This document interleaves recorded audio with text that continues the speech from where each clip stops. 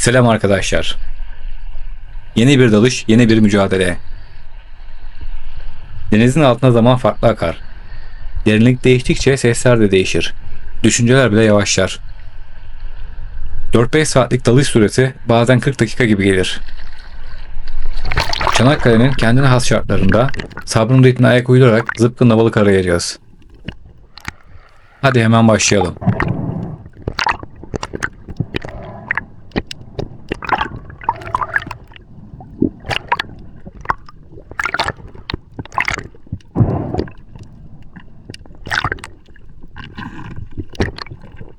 ...85'lik roller zıpkınımı kurarak etrafı kolaçan etmeye başlıyorum.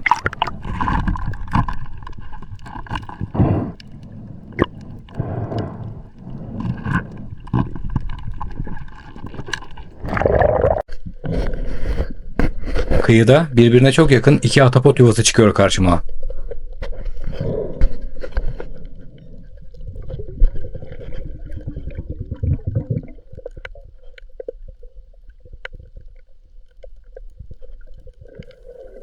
Görüntü almak için biraz yaklaşınca mürekkebini atarak korkutmaya ya da hedef şaşırtmaya çalışıyor.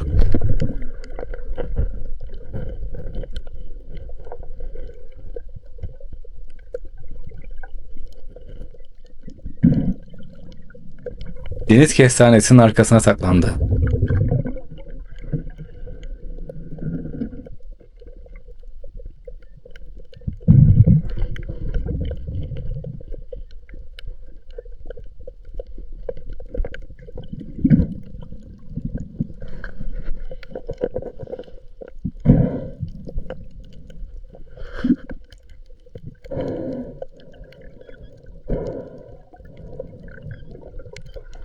Onları daha fazla rahatsız etmeden kendi dünyalarıyla baş başa bırakıp oradan uzaklaşıyorum.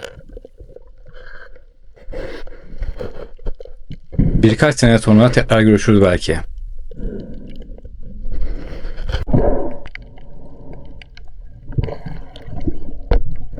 Eriştelere tutunarak kendimi sabitliyorum.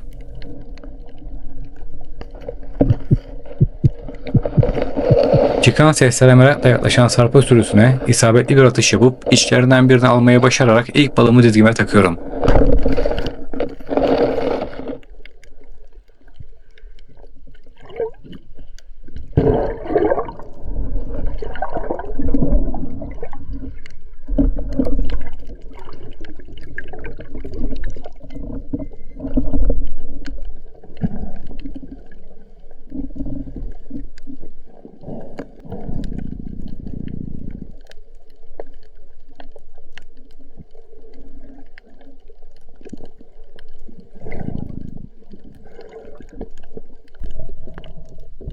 Kıyıdan ilerlemeye devam ediyor ve sığ suda zemine yatıyorum.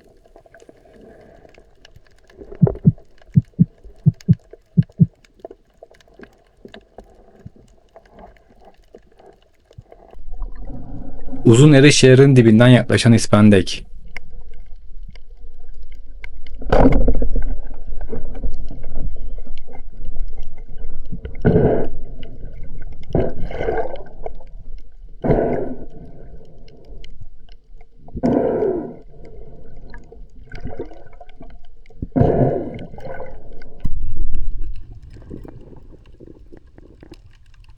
Kaya altına giren kitleye atış yapıyorum.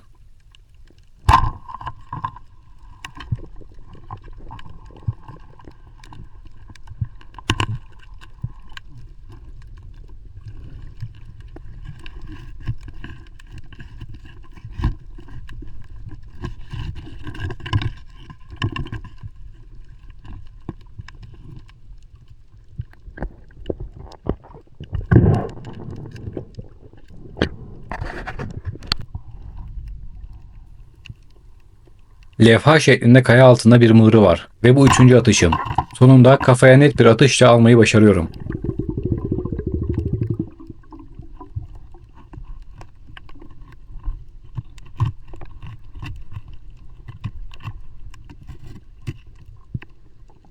Arkasını kayaya dayadığı için şiş geçmiyor ve kelebek açılmıyor. Bu sebeple birkaç atış yapmak zorunda kalıyorum.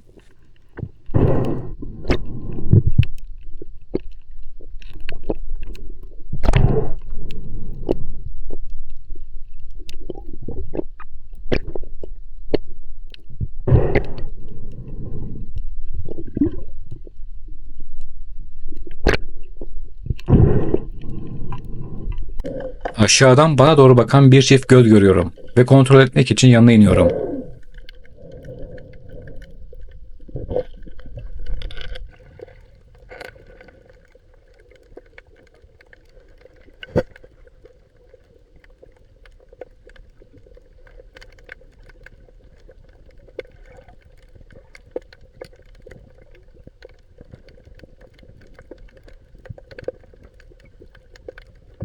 Bu da çok küçük ve meraklı. Kamerama dokunuyor.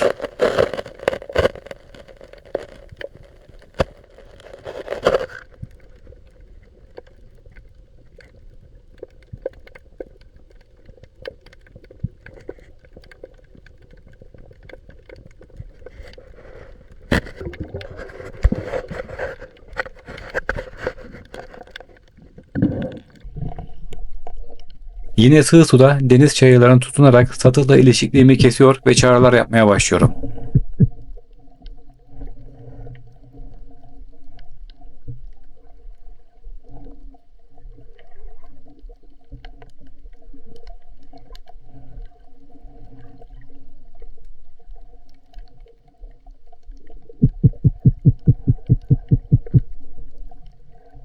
Bu defa da merakına bir kefal yeniliyor.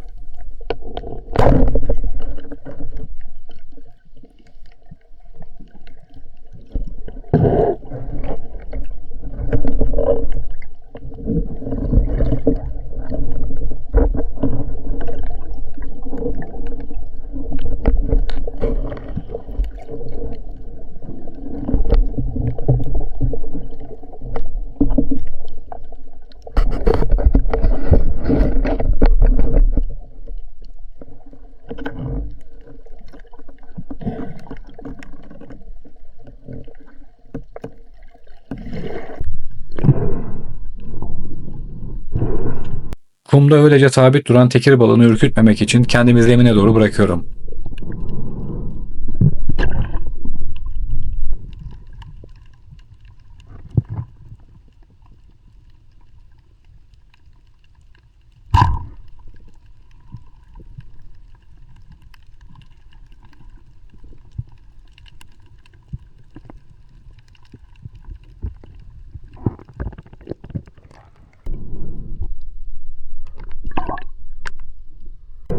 Yüzeyde iyice dinlendikten sonra ciğerlerime derin bir nefes çekip erişle buketler arasına pusu atıyorum.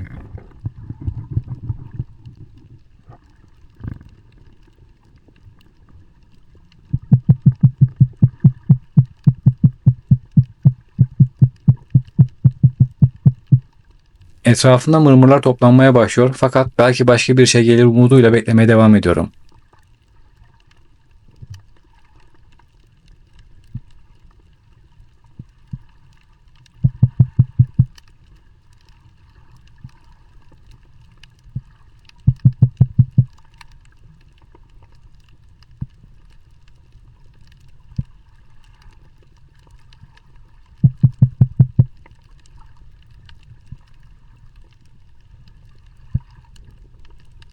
Ufukta bir şey belirmeyince mırmırlara yöneliyorum. Fakat onlar da atış mesafesinden biraz uzaklaştılar.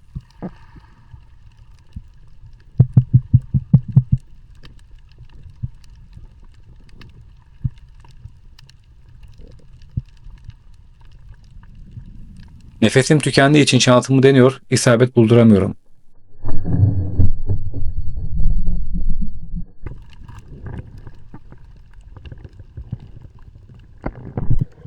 Bir ahtapot yuvası daha çıkıyor karşıma.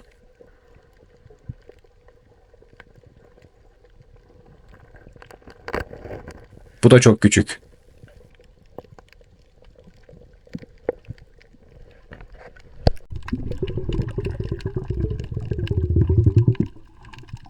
Şeklini gemiye benzettiğim bir kurşun buluyorum.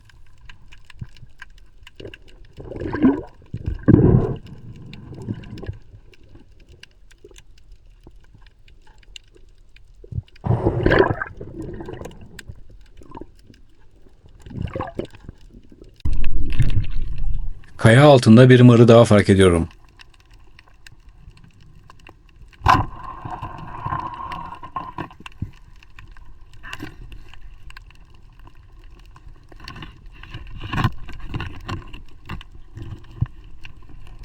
İlk atışta çıkarmayı başarıyorum.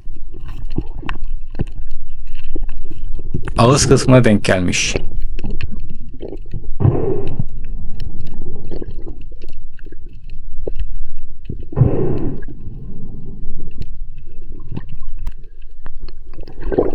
Fazla bekletmeden söndürme işlemini yapıyorum.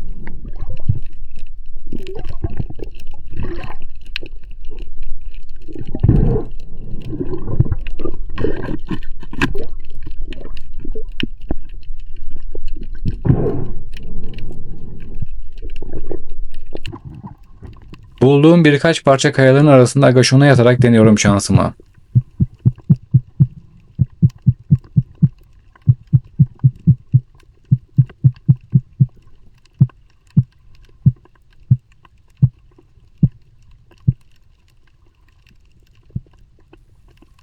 Görünen mırmıra bu sefer hiç bekletmeden atışımı yapıyorum.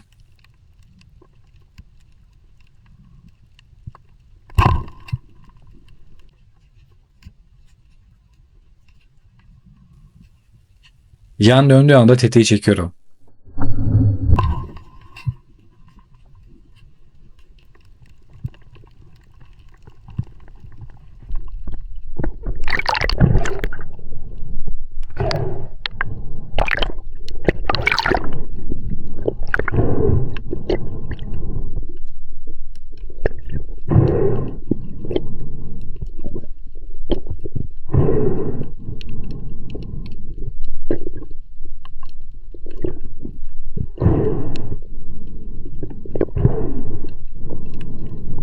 Birisi tutuyor.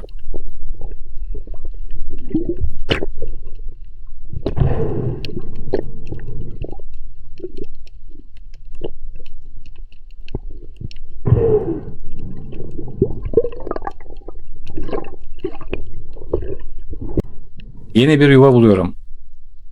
Bu seferki avlanabilecek boyda.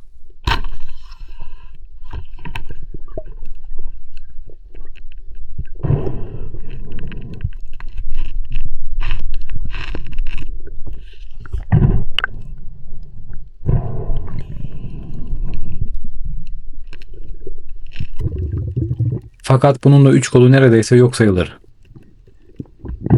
Bu durumu fark edebilseydim bunu da es geçerdim.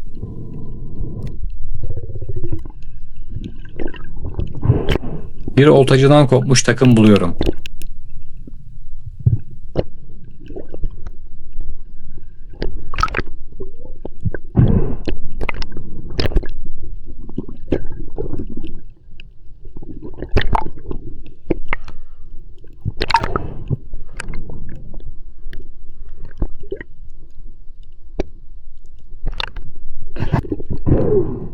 Aşağıda bir yuva daha görüyorum.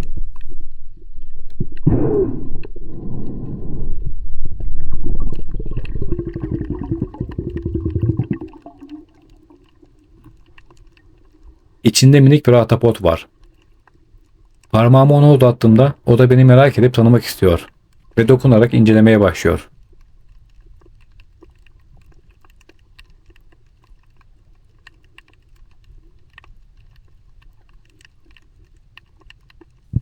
Su bulanmaya başladı ve yavaş yavaş sudan çıkma saati de geldi.